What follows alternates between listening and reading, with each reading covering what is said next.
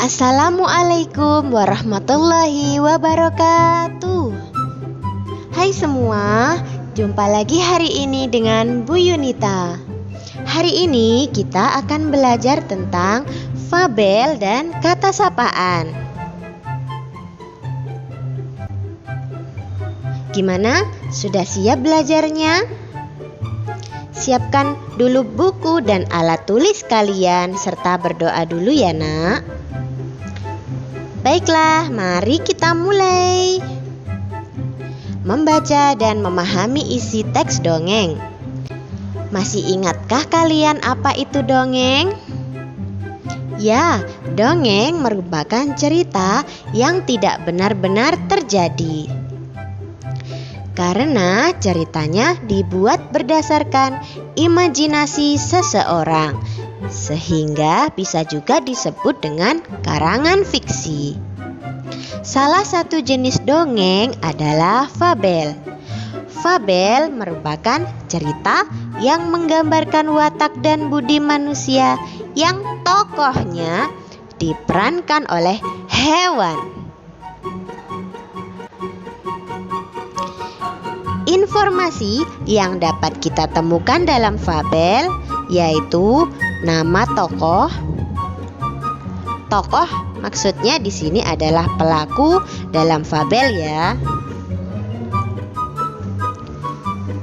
Terus ada sifat tokoh, terus tempat atau waktu kejadian, kemudian ada peristiwa atau kejadiannya apa sih, terus pesan moral atau amanat yang tersirat dalam fabel.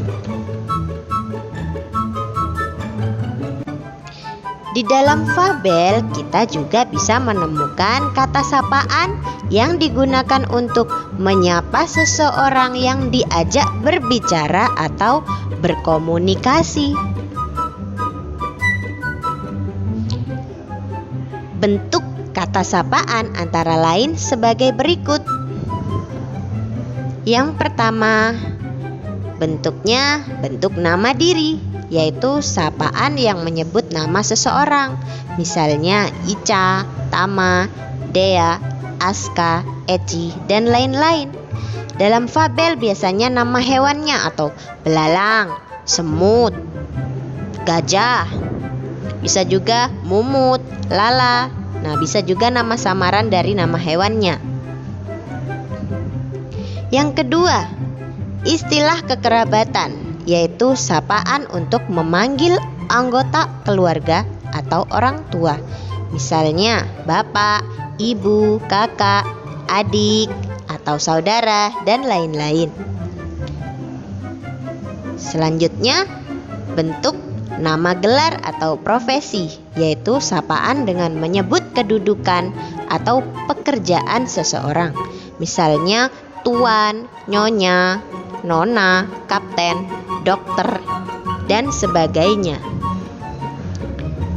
Dan yang terakhir, ada nama pelaku atau peserta, yaitu sapaan untuk orang yang ikut dalam suatu kegiatan. Misalnya penonton, peserta, hadirin, dan pendengar. Lanjut. Selanjutnya kita akan belajar menemukan kata sapaan dalam dialog. Jika dalam bentuk tulisan, kata sapaan terdapat dalam kalimat yang diberi tanda petik atau dialog atau disebut kalimat langsung. Dalam buku Pedoman Umum Bahasa Indonesia yang disempurnakan, dijelaskan kata sapaan yang digunakan sebagai penyapaan ditulis dengan huruf kapital pada awal katanya. Yang dimaksud dengan penyapaan adalah menyapa langsung, baik ketika berhadapan maupun melalui media seperti telepon atau media lainnya. Kegiatan menyapa langsung ini baru terjadi jika orang yang kita sapa adalah orang yang diajak berbicara, bukan pembicara atau orang yang dibicarakan.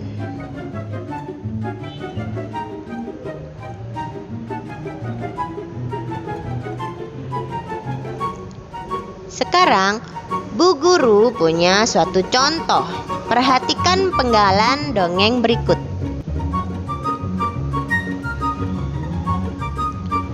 Lala. Mengapa kamu bisa jatuh ke kubangan air, Mumut?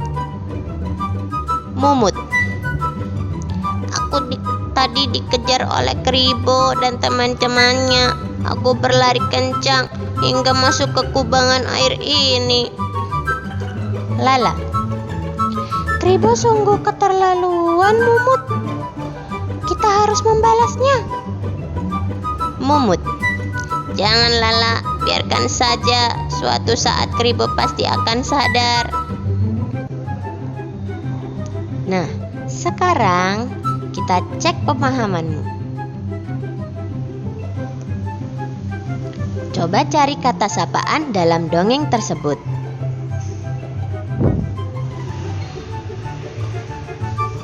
Sudah ketemu? Ya, kata sapaannya adalah Mumut dan Lala. Tunggu dulu. Kenapa yang termasuk kata sapaan hanya Mumut dan Lala? Bagaimana dengan Kribo? Apakah Kribo termasuk dalam kata sapaan? Ayo, ada yang tahu?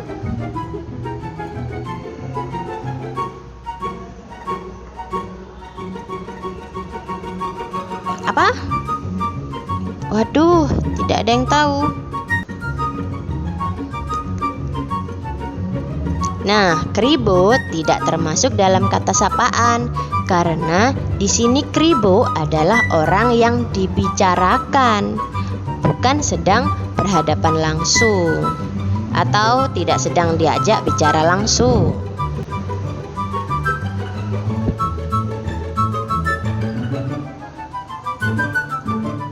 Sudah ngerti sampai sini? Ada yang masih bingung?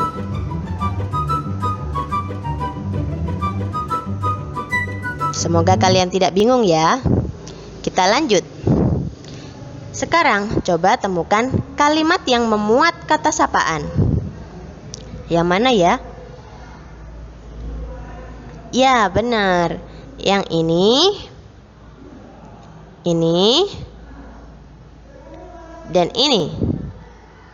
Nah, di sini sering terjadi kesalahan antara menyebutkan kata sapaan dengan menyebutkan kalimat yang memuat kata sapaan.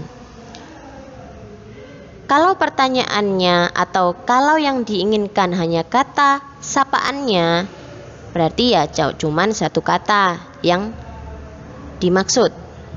Misalnya kayak kalau yang diinginkan kata sapaan ya ditulis Mumut, Lala, gitu tok.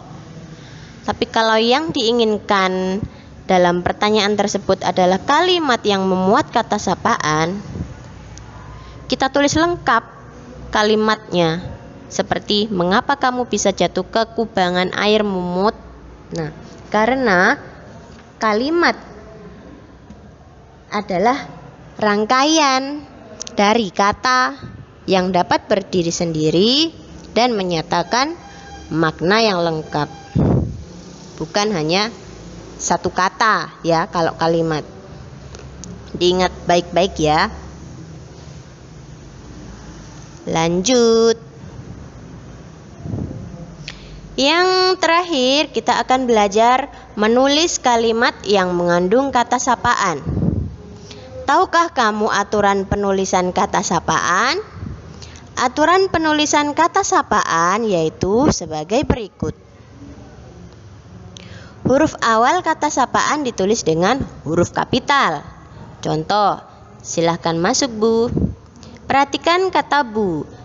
B-nya ditulis huruf kapital atau huruf besar ya. Selanjutnya, aturan bila diikuti nama diri, sapaan dapat disingkat atau ditulis lengkap. Perhatikan contoh berikut ini. Nah, kata bu dan ibu boleh. Bu itu kan singkatan dari ibu ya. Kata dasar dari ibu seharusnya ditulis hanya bu, boleh. Tulis ibu juga boleh. Yang ketiga, bentuk sapaan singkat dapat dipakai jika tidak disertai nama diri. Seperti berikut ini contohnya. Perhatikan kata dok dan kak. Nah, dok itu singkatan dari dokter, cuma ditulis dok boleh. Kak itu singkatan dari kakak, cuma ditulis kak boleh. Yang terakhir, bentuk sapaan ditulis dengan diikuti atau diawali tanda koma. Perhatikan contoh ini. Pak, koma ya. Setelah kata sapaan ada koma, boleh. Terus ini yang perhatikan kata bunya. Sebelum kata bu itu ada tanda koma, boleh. Sampai di sini materi yang bisa saya sampaikan. Apabila ada yang belum dimengerti, boleh bertanya via WA ke Bu Yuni. Apabila ada kata-kata yang kurang berkenan di hati, Bu Yuni mohon maaf. Wassalamualaikum warahmatullahi wabarakatuh. Sampai jumpa anak-anak.